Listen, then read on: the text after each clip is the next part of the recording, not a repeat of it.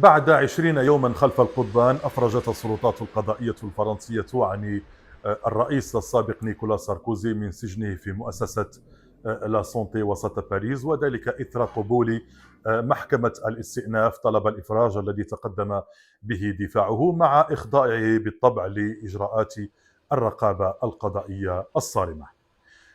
هذا التطور يأتي في إطار قضية ما يعرف أو ما بات يعرف بالتمويل الليبي، التي أدين فيها ساركوزي بتهم تتعلق بتلقي تمويل غير قانوني لحملته الانتخابية من نظام الزعيم الليبي الراحل معمر القذافي عام 2007، وهي من أكثر القضايا التي أثارت وتثير الجدل ليس فقط في الأوساط الإعلامية بل حتى في الأوساط السياسية بشكل عام في البلاد.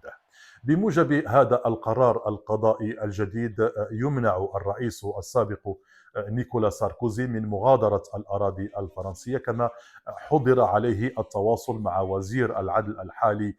جيرار دارمانا، أحد الشخصيات المقربة منه سابقا، وذلك إلى حين استكمال جميع التحقيقات الجارية وجميع التحقيقات المرتبطة بهذا الملف. بعد الإفراج عنه من سجن لا سونتي تحدث نيكولا ساركوزي لمقربيه عن ظروف احتجازه التي وصفها كما قال بأنها كانت قاسية، كانت مرهقة، وأشار إلى أن هذه الفترة، فترة السجن القصيرة، كانت بالنسبة إليه تجربة صعبة، لا على المستوى الشخصي أو حتى على المستوى الإنساني. فيما يتعلق بالجانب القضائي، وفق مصادر قانونية، فإن محامي ساركوزي أو فريق الدفاع استغلوا بندا قانونيا نادر التطبيق في فرنسا ينص على إمكانية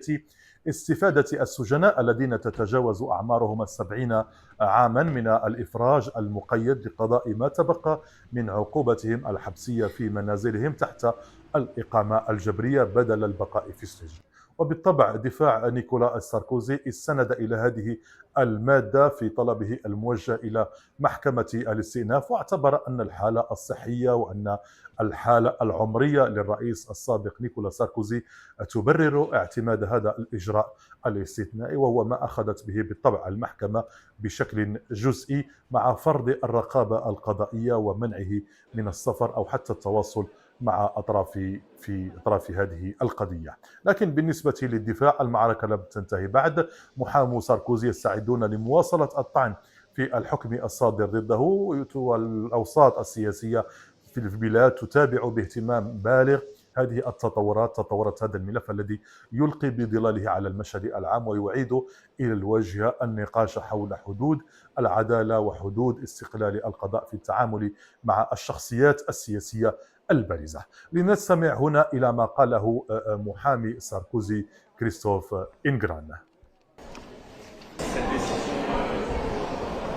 هذا القرار يعد تطبيقا طبيعيا للقانون ولإجراءات القانون الجنائي. إنها مجرد خطوة، والخطوة التالية هي الاستئناف، ومهمتنا الآن بالنسبة لنيكولا ساركوزي ولنا هي الاستعداد لهذا الاستئناف. منذ دخول سيارة الشرطة إلى داخل السجن ثم مغادرتها، تابع الجميع هذا المشهد. الفرنسيون جميعا أو أغلبهم تابع من كتب كيف رافقت كاميرات وسائل الإعلام سيارة الشرطة التي أقلت الرئيس السابق من سجن لا سونتي إلى مقر إقامته في مدينة نوي سورسان المجاورة للعاصمة باريس. وخلال هذه الرحلة أو طوال هذه الرحلة التي استغرقت تقريبا نصف ساعة، كانت عدسات المصورين على الدراجات النارية تلاحق كل تفصيل من لحظة مغادرة البوابة الحديدية للسجن إلى دخوله حيه الراقي الذي شهد تجمع العشرات من أنصاره ومن سكان الحي ومن الفضوليين وأيضا من وسائل الإعلام. لاحظنا جميعا هذا المشهد، ما إن توقفت السيارة أمام منزله الراقي حتى اندفع الحشد لمحاولة التقاط الصور ومحاولة النداء باسمه، فيما شهد الرئيس السابق نيكولا ساركوزي وهو ينزل من السيارة، سيارة الشرطة، بخطوات سريعة ويتجه نحو مدخل بيته